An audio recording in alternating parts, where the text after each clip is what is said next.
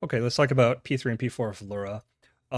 So once we do our soaks, we're converging kind of with our groups at the south part of the room. We need to make sure that to watch our HP for the Severance cast. This is going to be around a 210k raid hit. I would just use anything you have left here in terms of health stones or health pots to make sure you're topped for this cast. This is kind of the last thing that can kill you. That's not just going to be a one shot during the rest of the fight. Okay, once we get into P3, there's going to be a couple mechanics. So the first thing is constellations. These are going to happen kind of interspersed throughout the phase. So the way these work is this circle around the constellation is a one shot, and then the beams are going to spawn between the constellations. The beam is not technically a one shot, but the tick rate is very, very fast. So unless you're like moving out of it extremely fast, you are pretty much going to get one shot by the beam. The tricky thing about the constellations is that they can hide very easily under other mechanics. Particularly this like big particle from the soak can hide a constellation. So like there's one constellation right here, right now that you can't see because of the camera angle and because of this particle. So you do need to like turn your camera around to see around some of the other stuff happening in the fight. The other tough thing is that you need to be able to dodge the beams. You need to identify a safe spot from the beams without, before they even spawn. Um, what you can, the safest spot is just going to be kind of away from constellations, but a lot of the time, since you're doing mechanics, you have to be within constellations. If that happens, you want to identify a triangle of constellations. And the idea is that since the constellations are going to connect, kind of along the sides of this triangle, if you stand in the middle of the triangle, then they won't hit you. So like here, if this triangle of constellations, you can stand here in the middle and be safe. There's a triangle of constellations here. You could stand here and be safe. Um, and basically the main thing is just to be vigilant every time the constellations spawn. Make sure you're not getting ambushed by a hidden constellation, and making sure you're identifying a safe spot fast. Um, and then the other two mechanics are going to be the soaks and the memory game. This is always mirrored, so one side is going to do the soaks while the other side does the memory game. There's three soaks. The soaks are kind of the easier mechanic. For the first set, since we have three lights, one light goes to the left, one light goes to the middle, goes to the right. If two lights end up going to the same soak, that is okay. Just as soon as you finish your soak, make sure you escort everybody to the one soak that wasn't done, so that we can get all the soaks done in time. For the memory game, the way it works is the crystal carriers are not eligible to be picked. So your job is just to avoid constellations and make sure that the light is kind of well spaced so that we can do the memory game. You want to kind of make a Venn diagram around the boss with the light so that everybody can kind of be spread out and that the boss is safe to be under. And then we're going to get 3 runes, and 6 players are going to get picked in 3 pairs. Note that there's 10 players on a side, 3 players ineligible, and 6 players picked. So 1 player that was eligible will not get picked. And if you are that player, you want to kind of remember it for the next memory game. The way that the spread is set up for this first memory game, everybody should kind of have a clear path to go into the middle under the boss. So ideally what you can do is you just basically, the first rune, just walk under the boss to clear. You want to try not to clear on top of the crystal carriers, because it will spawn soaks on top of the crystal carriers, which is a little bit annoying because they can spawn inside of constellation, and then like if it drops inside the constellation, we're kind of fucked.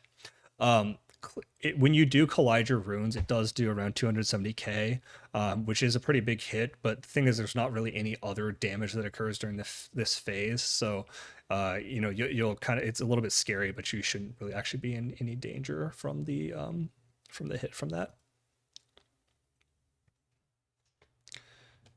Okay, so after that, we are going to do the first pie slice. And this is going to be Swampy and I using our extra action buttons, and then we just kind of run to the next pie slice. The way it's going to be another memory game on the left, so it's going to be 2 memory games in a row on the left and 2 soaks in a row on the right. And for this memory game, it's always going to prefer people that it did not mark on the last memory game. So the person that dropped the crystal, which is going to be me on the left, and then the person that was eligible on the last memory game but didn't get picked. So that's why I said you want to try to remember if you didn't get picked on the first memory game. We're always going to get the first set of runes. So if you're that person that didn't get picked, come stand in the middle next to me.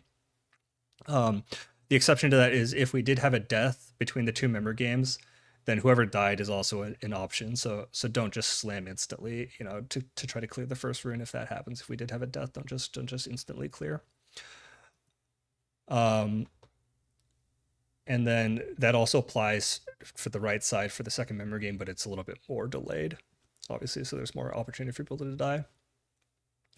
For the soaks in this phase, since we just have 2 lights, it's what we want to do is one group is going to start on the leftmost one, and one group is going to start on the rightmost one. And here's a good example. See how this constellation is basically invisible inside this soak until you move your camera. So again, this is every time the constellations come out and you're doing a soak, just move your camera and try to make sure you don't get ambushed by a lone constellation. So we do the left and the right soaks, and then we converge in the middle. Okay, then we're going to do our second pizza slice. This is going to be Seth and Ulia using their extra action buttons on this pie slice. And depending on how our DPS looks, we're probably going to push either around here or as we just after we move to the third pie slice. If we do get to this third pie slice, we don't need to actually complete the memory game in the soaks, but we need to make sure not to detonate the wrong runes. So the right side is going to get a memory game first, and then they need to just spread out in the light and not detonate any marks, because everything's going to go away once we push. Okay, once we get the boss to 0, this is going to be P4. We're going to converge in the center here. And so in this phase, start off, we'll talk about the tanks. So one tank randomly is going to get the light. Your job is basically just to stand still. The other tank is going to get the extra action button. You are kind of the protector tank. We're going to get these Shawlings that are going to run towards the raid, and you're going to soak these Shawlings, body soak the kind of the lone Shawlings, and you want to make sure you just do it a little bit in front of the raid, because the way it works is that you just stun these for a little bit and then they become reactive. So if you soak these too far out, like on the edge of the circle, then they're just going to reactivate and kill people. So just don't walk too far forward to body soak these. And then when there's going to be a big group of Shaw, and you're going to use your extra action button to clear that big group.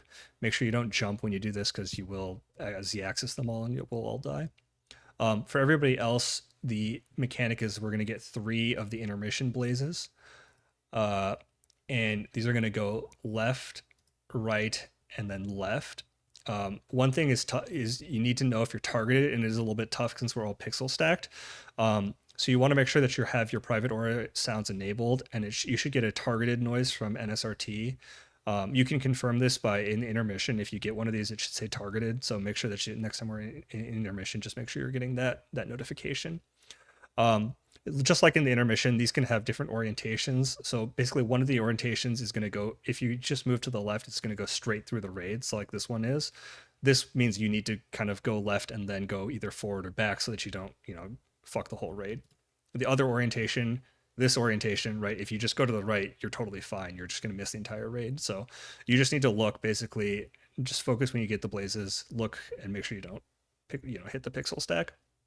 The other thing you need to watch out for is, the tank is only protecting the pixel stack from Shaw. So if you're moving to the left and the right, you do need to watch out for these Shaw that are running around to the sides. So you may need to wait a little bit until they run away, so that you don't kill yourself. Okay. After we do the 3 blazes, then we're going to do a movement. I will count down, 3, 2, 1, move, and then we're all going to move to the right, so counterclockwise. There's going to be 1 movement speed and 1 immunity assigned for each movement. And the immunity's job is basically to do what the tank was doing in the previous phase, soak any of these dudes that are going to run into our group and kill us. Importantly, if you ever fall out of this circle, you are going to basically get one shot. So make sure you keep ahead, and tanks, make sure you're not using anything extra beyond, you know, the movement speed that we picked to so that you don't leave anybody behind. Once the cast finishes, we will plant, and then we basically repeat the phase.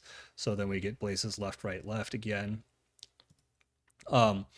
During this phase, if somebody does die, since we ran so far, they may be out of range. If that happens, then Seth is going to give Proto spatial, and Proto is going to use the spatial range to be-res the person. We will end up doing the movement 3 times, and then there's one set of blazes after that. But basically, this phase is just a mechanics check. As long as the majority of your damage is just done from living, so as long as we don't kill the raid with the blazes, it should be pretty good.